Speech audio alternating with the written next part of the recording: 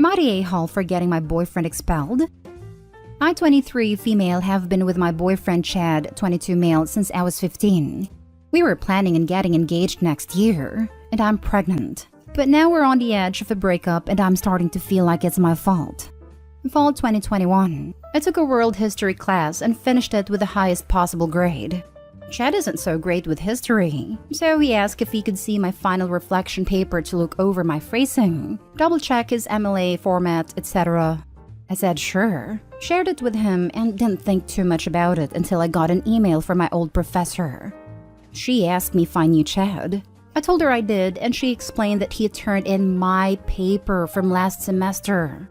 I was furious and confused. She apologized and said that she had to report both of us, but she would say she didn't think I meant for him to plagiarize my work.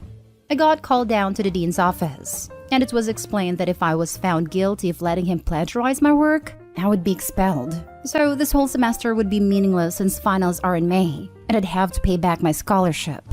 I immediately went, I can prove he was just supposed to look at it for structure, and showed them all the text of him asking to see it for comparison, thanking me because I explained the format in a very detailed way, sent him other papers online with similar structure, etc. They asked for my phone, to which I said no, but I'd email them screenshots. Chad was called down next, and they told him what I had said. He was suspended and expelled like a week later. He doesn't have a scholarship to back though, and he's transferring to a community college. He's furious and insisting that he just accidentally turned in mine instead of his. I told him that I never said he turned in mine on purpose. I just was able to prove that I didn't intend for him to plagiarize me. He's packing up his stuff and saying he's going to move back in with his parents and, well, figure things out. The assistant dean contacted me to officially clear me of any involvement. But she did tell me that this isn't the first time he's plagiarized me, after a harder look at some of his other work this semester. She mentioned that it was a crime, but I didn't want to press charges or anything, so I told her I didn't need to report of their findings. I'm crushed and feel used. He said I should have said it was an accident instead of just defending myself, and so do several of our friends since they say that I don't know for sure, that I'm about to have his kids, so I should put our relationship above everything else. I'm basically isolated now. I have one friend and my family who agree with what I did. So I don't know. Am I the a-hole? Edit. I don't know if plagiarism is a crime or not. I was just repeating what the ad said. I haven't looked into it since I wouldn't press charges anyways. But she said it's a form of theft since one of my papers was featured in a magazine. I'm in Texas if that matters. Now for the top comments before reading the little update. Not the a-hole. This guy put you in jeopardy and damn near got you expelled despite being totally innocent. If he were any kind of man or had any sense of honor or loyalty, when he got caught, he should have fell on his sword and said, "It was all me. I broke into her computer. She had nothing to do with it." Instead, he tried to drag you down. This is not a suitable person to have in your life, much less a partner. It's better if you both take the fall for my accident. Before Opie said there was a history, I didn't believe for a second it was an accident. Indeed. Plus, when the college investigated further and found more evidence of him pulling this stunt, Opie would have been banged up as an accomplice if she would have tried to cover for him with this ridiculous story that nobody would buy. If he just accidentally turned in the wrong paper, how did it get his name on it? Aside from being a snake and not giving a hoot about dragging Opie down with him, he's also kind of an idiot. Never enter into a plot with a moron. It will be a fiasco every time. Not stay home. If Chad has done this before, then it wasn't an accident. You didn't get Chad expelled. Chad got himself expelled. His actions also could have gotten you expelled if you hadn't been able to prove that you hadn't allowed him to copy your paper. Honestly, I strongly suggest you break up with him. I know it will be more complicated with a baby coming, but you should not be with someone so callous about your future. Yes, she literally did nothing but clear her own name. He wants her to take the fall with him, and that's utterly unreasonable, given that he's been pilfering her work and turning it in as his own for a while. Little update. Thanks everyone. I'm surprised and thankful for all the responses. Chad has been making me think anytime I'm upset/angry it's the pregnancy hormones, so I have been doubting myself a lot lately. I'm notifying my landlord since it's a monthly lease and taking my mom's offer to move back in with my parents. He's pissed and is now saying this is proof I've been cheating and the baby isn't his since I'm moving out, even though he started packing first. So he's saying he won't help with anything until a paternity test. Luckily, all the baby stuff is at my mom's because I left it there after we went on a shopping spree, so he can't take/sell it. His mom is threatening to sue me for full custody of the baby if it does turn out to be his. My dad is checking to see if my uncle knows anyone who does these kinds of cases, because he's a lawyer but doesn't handle that kind of thing. Thanks everyone. I'm overwhelmed, but I think I'll be okay. Next story. Am I the a-hole for telling my husband off for expecting me to prepare his bags? My husband works full-time while I'm a stay-at-home mom with 3 kids.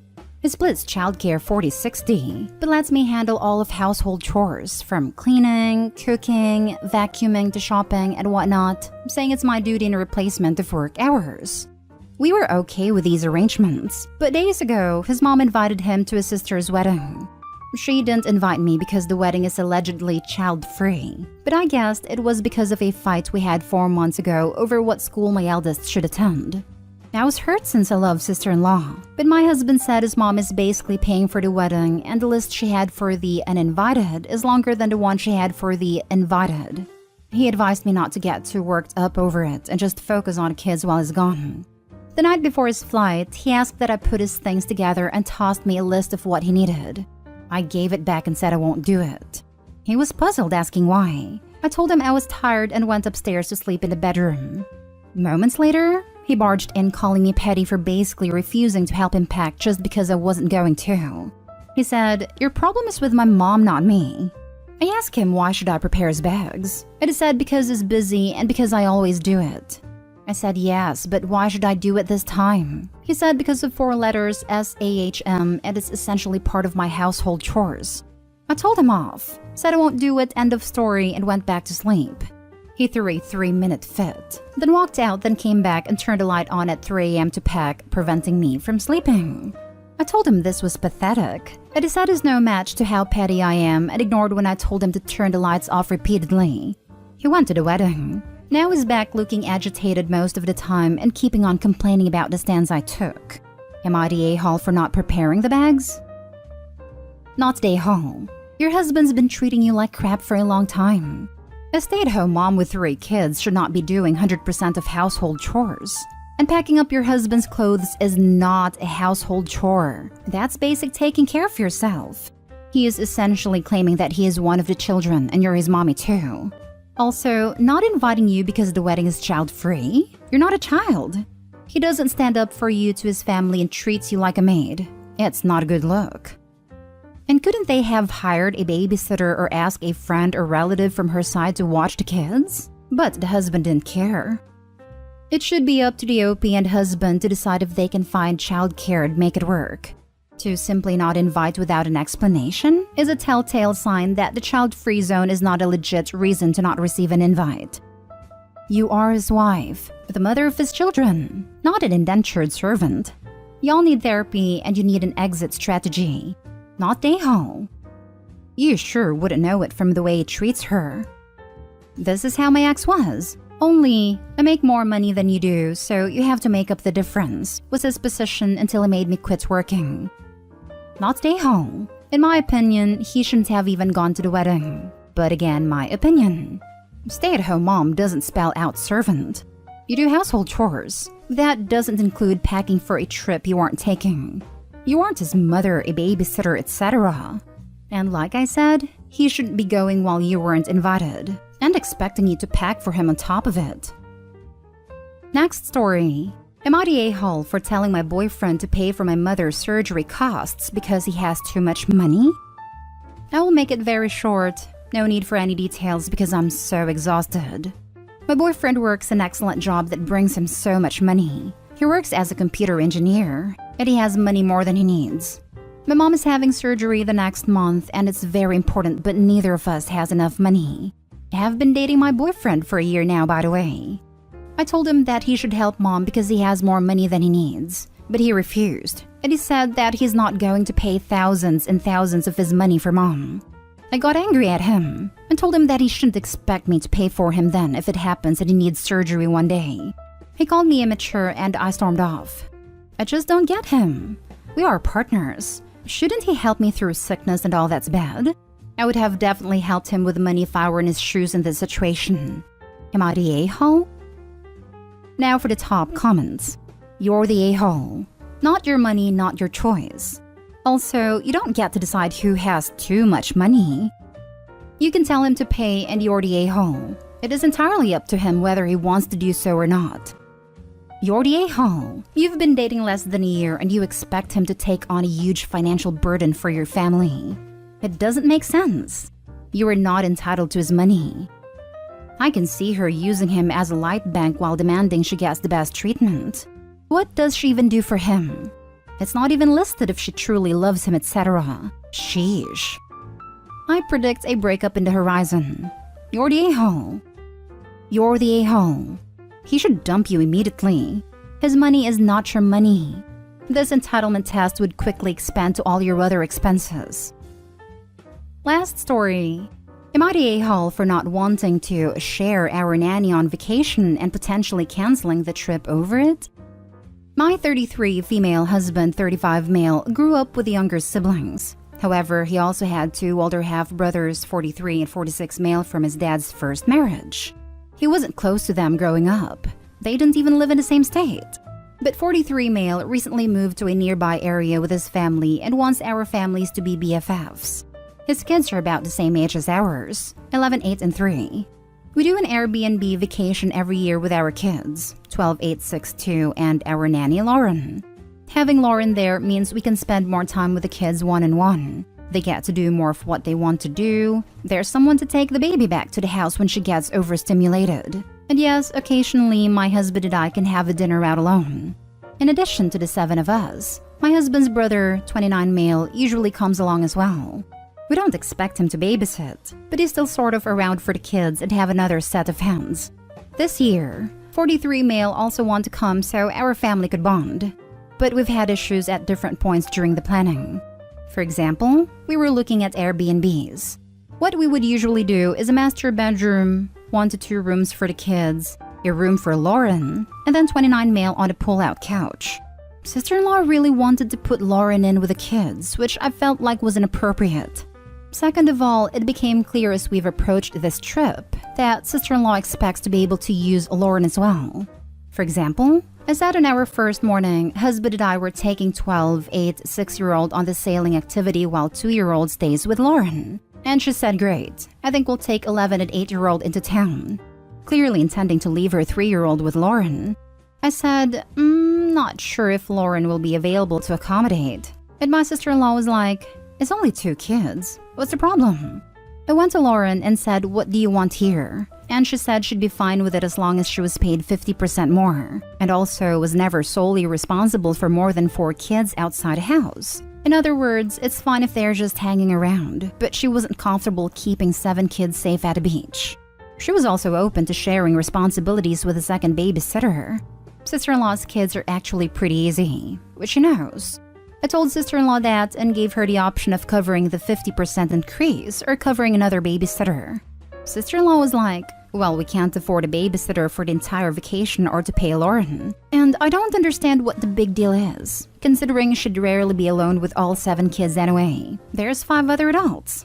Sister-in-law/brother-in-law are doing okay money-wise, but we are significantly more comfortable, so my husband thinks we should just eat the cost of Lauren's additional pay to keep the peace.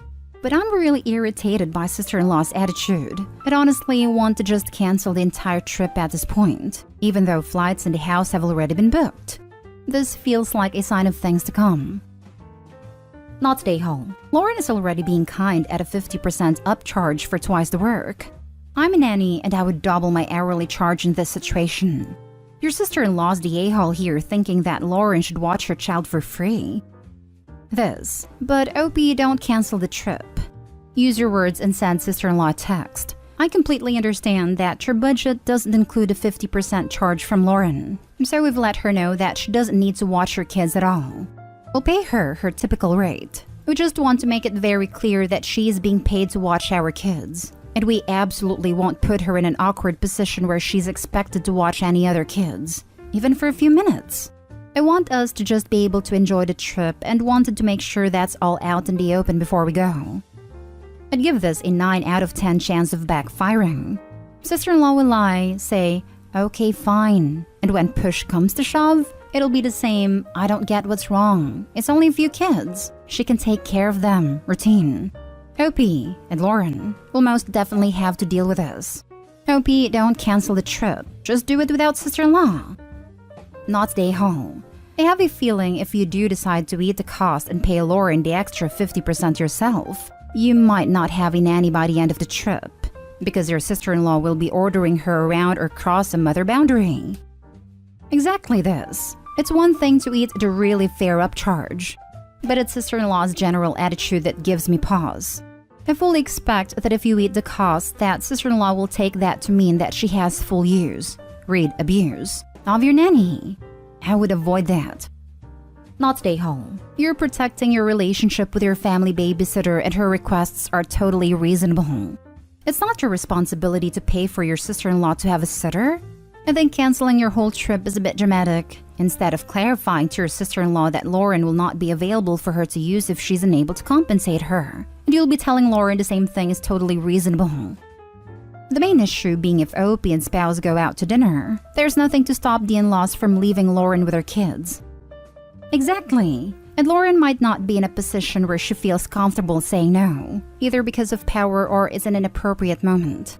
I feel like usually on a trip like this, there would be a lot of casual shared care, like one parent gets up to grab food for everyone, while the other parent keeps watching the kids play together and disciplines/feeds/monitors/comforts the other set of kids as needed. And if the kids are playing together, it's hard to draw the line or blank the other three. Like when my kids have a friend over, Lauren doesn't refuse to make a second snack or refuse to interact with an 8-year-old because technically she's not paid to do so. There will be times where it's appropriate to say, no, I can't do that, or go get your mom. And we want to empower Lauren to take advantage of those times, but that won't always be the case.